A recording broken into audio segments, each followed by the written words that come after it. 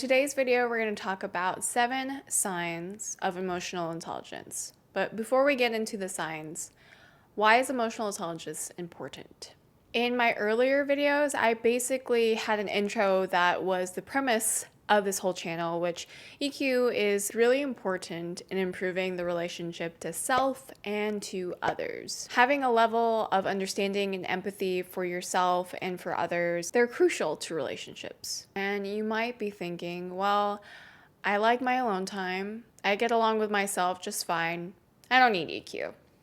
Au contraire. I don't even know if I'm saying that correctly. Feeling a little French today. In one of my other videos, I go more into EQ and why it's important, but in some, higher EQ is linked to better work performance, thus leading to higher salaries, decreased stress, and overall life well-being. Anyone can benefit from EQ. Not just people that are in relationships or people that are interested in psychology, such as myself, but everyone. So without further ado, here are the 7 signs that I think are really telling of a person with emotional intelligence. Number 1 is you know that you are not your feelings. And I've said this before in a few other videos, but really the big idea here is that just because you're feeling a certain way, just because you're feeling sad, mad, angry, jealous, insert commonly negative connotated emotion here, that doesn't make you that type of person.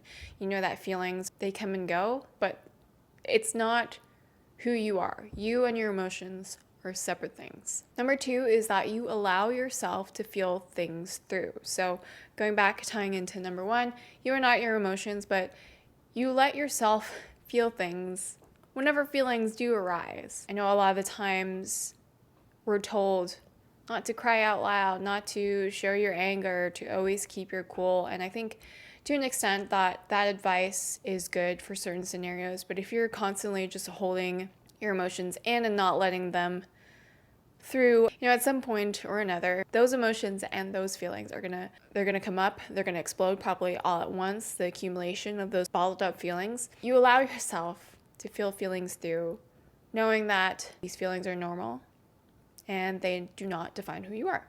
Number 3 is you understand when you are reacting out of emotion. So oftentimes, when something happens in our life, the very first reaction that we have is an emotional one. Say at work, you're given another assignment or the deadline is pushed up.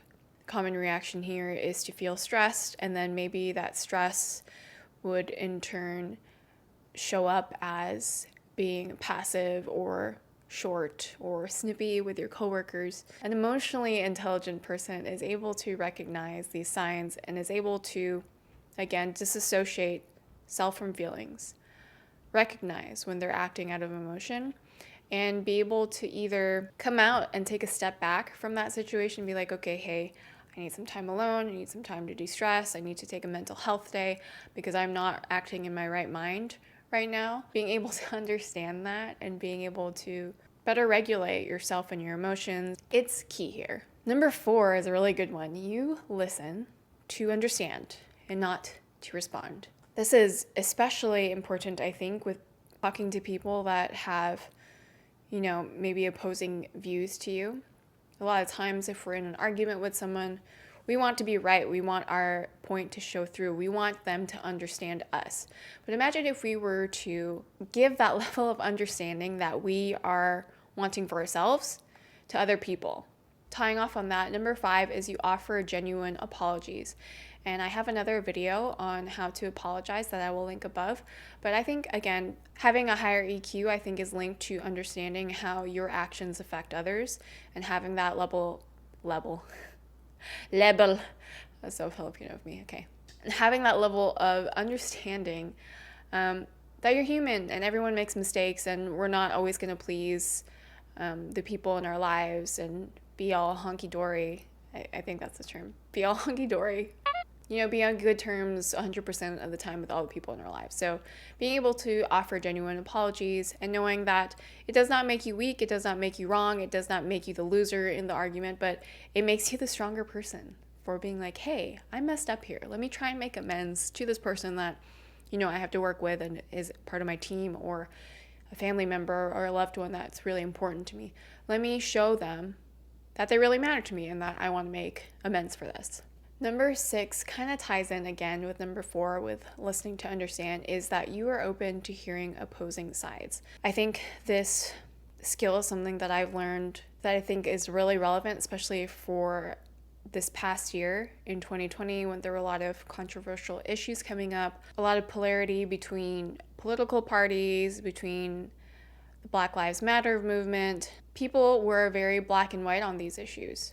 Again, I don't think having a level of understanding, of being open to listen and truly understand where a person is coming from, even if they don't entirely agree with you, or if they have a completely opposing view from you. Being able to understand the differences on a certain topic, your stance on one side and another person's stance on the other.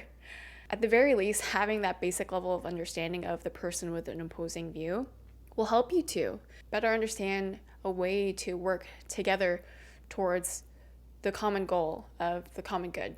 You know what I mean? Like just because you're open to hearing opposing sides doesn't mean that your opinion has changed, doesn't mean that you're going against your values.